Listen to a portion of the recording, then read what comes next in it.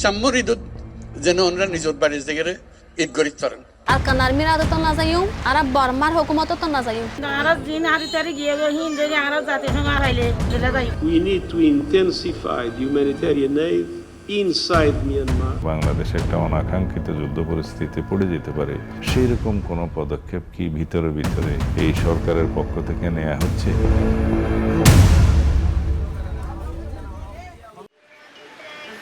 একমাত্র শিশু সন্তানকে নিয়ে শাহনাজ বিবি 3 মাস আগে বাংলাদেশে পালিয়ে এসেছেন। তিনি জানান গত বছর রাখাইনের একটি কফি শপ থেকে তার স্বামী মোহাম্মদ আয়াসকে কোনো কারণ না জানিয়েই ধরে নিয়ে যায় আরাকান আর্মি। 27 বছর বয়সী এই রোহিঙ্গা নারী স্বামীকে মুক্ত করার অনেক চেষ্টা করেছেন, পারেননি। এক পর্যায়ে জীবন বাঁচাতে কক্সবাজারের রোহিঙ্গা শিবিরে চলে আসেন তিনি। আপাতত আশ্রয় অন্য এক রোহিঙ্গা পরিবারের খুপড়িতে।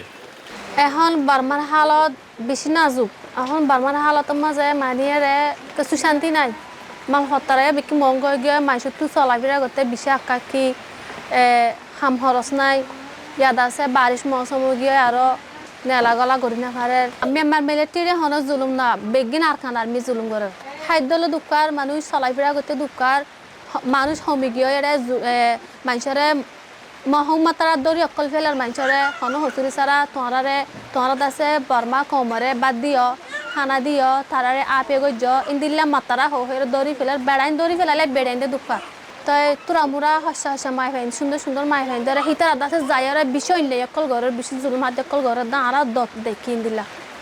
শাহনাজ বিবির পাশের ঘরেই ডয়চে ভ্যালে দেখা পায় আরেক রোহিঙ্গা শরণার্থীর।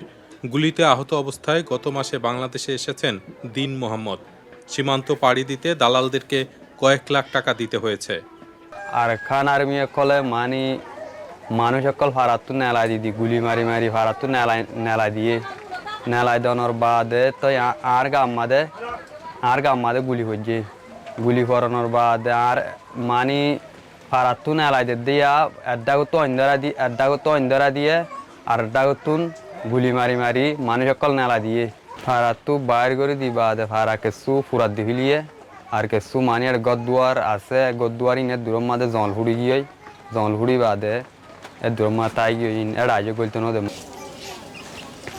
কক্সবাজারের ক্যাম্প 1 ইস্টে আমি যে দুজনের সঙ্গে কথা বললাম তাদের মতো 1 লাখের বেশি রোহিঙ্গা শরণার্থী গত 2 বছরে বাংলাদেশে এসেছেন, কারণ মিয়ানমারে যে গৃহযুদ্ধ হচ্ছে সেই কারণে তারা সেখানে থাকতে পারছেন না। এবং এমন এক সময় তারা এখানে আসছেন যখন বাংলাদেশ সরকারের তরফ থেকে রোহিঙ্গাদের ফেরত পাঠানোর আলোচনা হচ্ছে এবং মিয়ানমারের জান্তা সরকারও প্রায় 2 লাখ রোহিঙ্গা শরণার্থীকে ফিরিয়ে নেয়ার একটা প্রক্রিয়ার কথা বলেছে। বাংলাদেশের সীমান্ত সংলগ্ন মিয়ানমারের রাখাইন অঞ্চলের প্রায় পুরোটাই এখন জাতিগত বিচ্ছিন্নতাবাদী গোষ্ঠী আরাকান আর্মির দখলে রয়েছে। 2023 সালের শেষ নাগাদ সশস্ত্র সংঘাতের মাধ্যমে মিয়ানমারের জান্তা সরকারকে হটিয়ে সব স্থান দখল করে নেয় রাখাইনের বৌদ্ধ ধর্মাবলম্বী আরাকানি বা মগদের প্রতিনিধিত্বকারী গোষ্ঠীটি। ইন্টারন্যাশনাল ক্রাইসিস গ্রুপের দেয়া তথ্য অনুযায়ী নিত্য প্রয়োজনীয় দ্রব্যের জন্য রাখাইন রাজ্য মূলত মিয়ানমারের কেন্দ্রের উপর নির্ভরশীল। সামরিক জান্তা এ ধরনের পণ্য রাখাইনে প্রবেশ বন্ধ করে রেখেছে, ফলে সেখানে খাদ্য সংকট দেখা দিয়েছে এবং জিনিসপত্রের দাম অনেক বেড়ে গেছে। এমনকি রাখাইনের বিদ্যুৎ, টেলিযোগাযোগ এবং ব্যাংকিং সেবার নিয়ন্ত্রণও এখনও মিয়ানমারের সামরিক বাহিনীর হাতে রয়ে গেছে বলে জানিয়েছে ব্রাসেলস ভিত্তিক থিঙ্ক ট্যাঙ্কটি।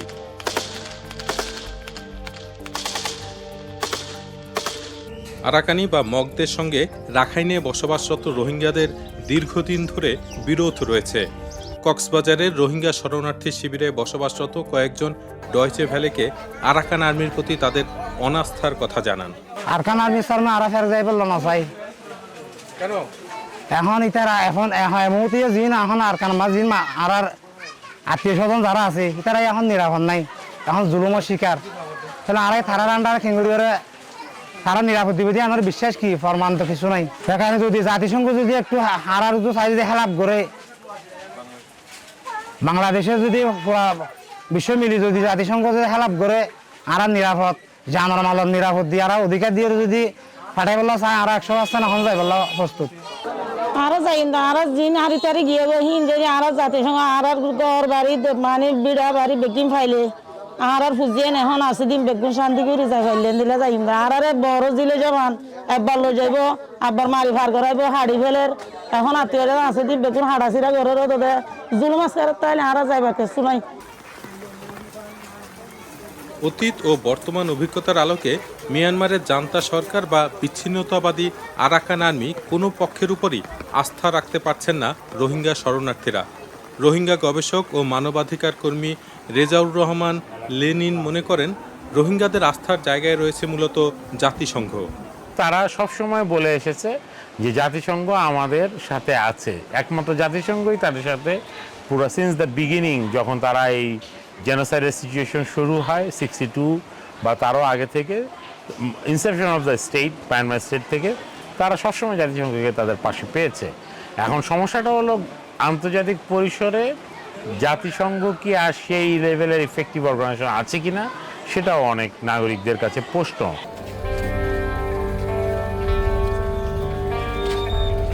জাতিসংঘের মহাসচিব আন্তোনিও গুতেরেস মার্চে কক্সবাজারে রোহিঙ্গা শরণার্থী শিবির পরিদর্শন করেন এবং প্রধান উপদেষ্টা অধ্যাপক মুহাম্মদ ইউনুস সহ এক ইফতার কর্মসূচিতে অংশ নেন, যেখানে 1 লাখের মতো রোহিঙ্গা শরণার্থী উপস্থিত ছিলেন।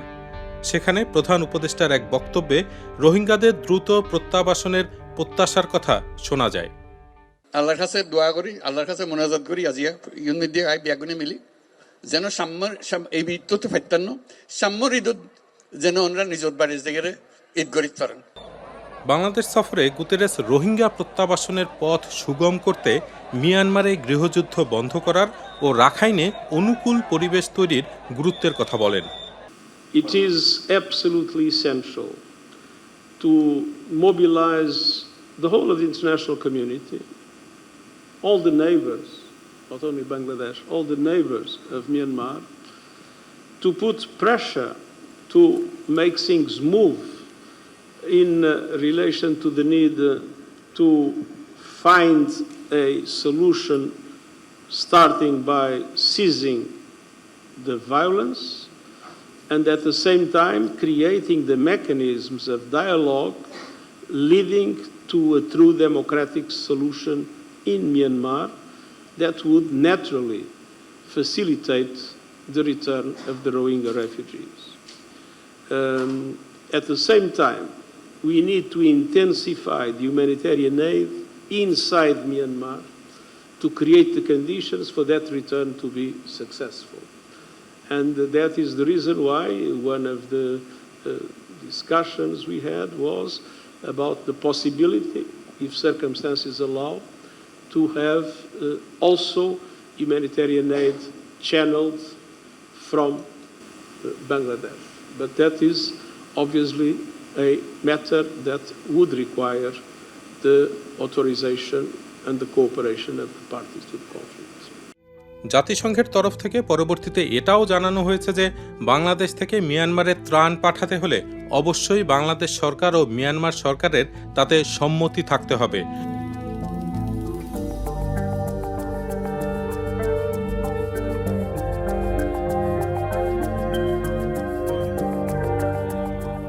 কক্সবাজারের রাজনীতিবিদ বিএনপির জাতীয় স্থায়ী কমিটির সদস্য সালাউদ্দিন আহমেদ মনে করেন, গত দশকে জাতিসংঘের ভাষায় টেক্সট বুক এথনিক ক্লিনজিং বা জাতিগত নিধন থেকে বাঁচতে অনেক রোহিঙ্গা বাংলাদেশে আশ্রয় নিতে বাধ্য হয়েছেন। আমরা দেখলাম প্রায় 1.2 মিলিয়ন মতো রোহিঙ্গা তখন আমাদের বাংলাদেশের কক্সবাজারের উকিয়া টেকনাফে পাহাড়ি অঞ্চলে ক্যাম্প করে আশ্রয় নিয়েছে। আন্তর্জাতিক মহল সাড়া দিয়েছে, জাতিসংঘ সাড়া দিয়েছে, সাহায্য সহযোগিতা করছে, কিন্তু তারপরেও সেটা মানবেতর জীবন। তাদের কোনো শিক্ষা নাই, পর্যাপ্ত খাদ্য নাই, চিকিৎসা নাই, ইনফ্রাস্ট্রাকচার নাই, ভবিষ্যৎ কর্মজীবনের জন্য কোনো স্কিল বা কোনো পেশা বেছে নেওয়ার বা ট্রেনিং নেওয়ার কোনো সুযোগ নাই। এই অবস্থায় একটা সাবহিউম্যান লেভেলের জীবন তারা যাপন করছে। রোহিঙ্গাদের ফেরত পাঠানোর উদ্যোগে সায় থাকলেও আরাকান আর্মির সঙ্গে এই ইস্যুতে অন্তর্বর্তী সরকারের যোগাযোগ ঝুঁকি তৈরি করতে পারে বলে মনে করেন এই রাজনীতিবিদ। বাংলাদেশের স্বাধীনতা সার্বভৌমত্ব বিনষ্ট হতে পারে বা বাংলাদেশে একটা অনাকাঙ্ক্ষিত যুদ্ধ পরিস্থিতিতে পড়ে যেতে পারে, সেই রকম কোনো পদক্ষেপ কি ভিতরে ভিতরে এই সরকারের পক্ষ থেকে নেওয়া হচ্ছে, এই বিষয়ে আমরা শঙ্কা প্রকাশ করেছি। কেননা কেউ কিছু খোলাসা করে বলছে না। এই পাশ থেকে বাংলাদেশ, ওই পাশ থেকে ওই পাশে রোহিঙ্গা জনগোষ্ঠীর জন্য খাদ্য, ওষুধ সহ প্রয়োজনীয় লজিস্টিক সাপোর্ট দেওয়ার জন্য। কিন্তু সেই বিষয়টা মায়ানমার গভর্নমেন্ট যতদিন পর্যন্ত অ্যালাউ না করবে এবং সেটা একটা অ্যামিকেবলি যদি না হয়, মিউচুয়াল আন্ডারস্ট্যান্ডিংয়ের মধ্যে যদি না হয়, তাহলে আমরা আরাকান আর্মির সাথে যে মায়ানমার আর্মির যে সংঘর্ষ আরাকান স্টেট নিয়ে, সেই সংঘর্ষের মধ্যে স্যান্ডউইচ হয়ে যাব। এবং যখন দেখবে যে মায়ানমার বাংলাদেশ এর পক্ষ থেকে আরাকান আর্মিদের কাছে কোনো সহযোগিতা যাচ্ছে কোনো না কোনোভাবে, বিহাইন্ড দ্য সিন অথবা যে কোনোভাবে হোক, ইন ডিসগাইজ যেভাবে হোক যাচ্ছে, এই সন্দেহের কারণে তো বাংলাদেশের উপর একটা যুদ্ধ চাপিয়ে দিতে পারে।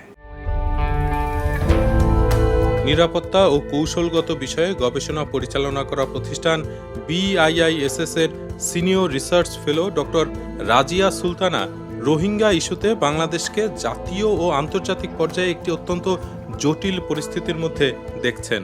স্ট্র্যাটেজিক ইম্পর্টেন্স কারণে ইন্ডিয়া সবসময় মিয়ানমারের সাথে একটা চেক অ্যান্ড ব্যালেন্স রিলেশনশিপ রেখেছে। আর অন দি আদার সাইড আমি যদি চায়নার বলি, তো চায়নার সাইডেও কিন্তু চায়না এবং মিয়ানমারের সবসময় অল ওয়েদার রিলেশনশিপ, তারা দে আর ট্রাস্টেড অ্যালাইস। সো এই জায়গাটা আমি বলবো যে ডিপ্লোম্যাটিক পয়েন্ট অফ ভিউ থেকে বাংলাদেশ ওই জায়গাটা পৌঁছাতে পারেনি। আমাদের দলমত নির্বিশেষে আসলে ন্যাশনাল ইন্টারেস্ট, আমি বলবো ন্যাশনাল সিকিউরিটি এবং সভারেন্টিকে বজায় রাখার জন্য এক জায়গায় একভাবে কাজ করতে হবে।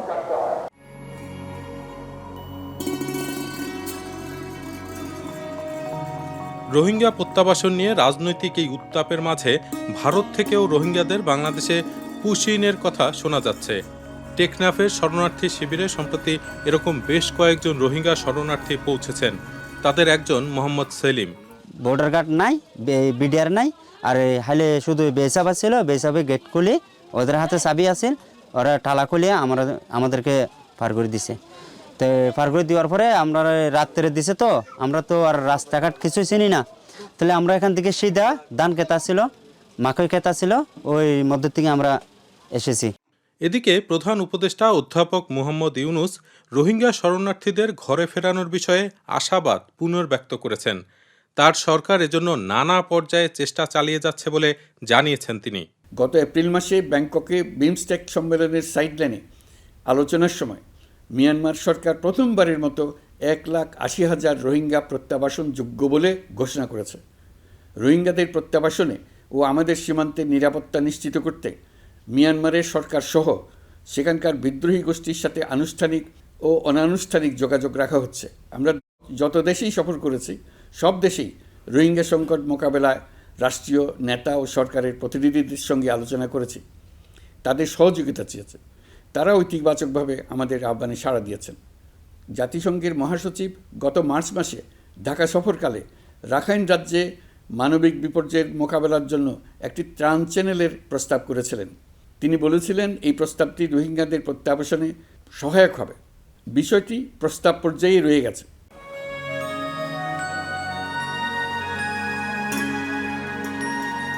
নানা সম্ভাবনার কথা শোনা গেলেও শাহনাজ বিবিরা অবশ্য শিগগিরই ঘরে ফেরার আশা দেখছেন না।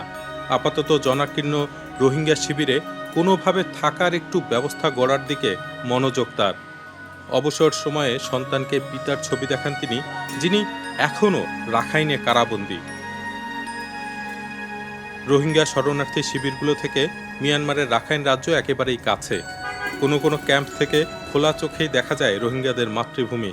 সেখানে ফিরে যাওয়া নিয়ে তাদের শঙ্কা কবে সম্ভাবনায় রূপ নেবে, সেটাই বড় প্রশ্ন এখন।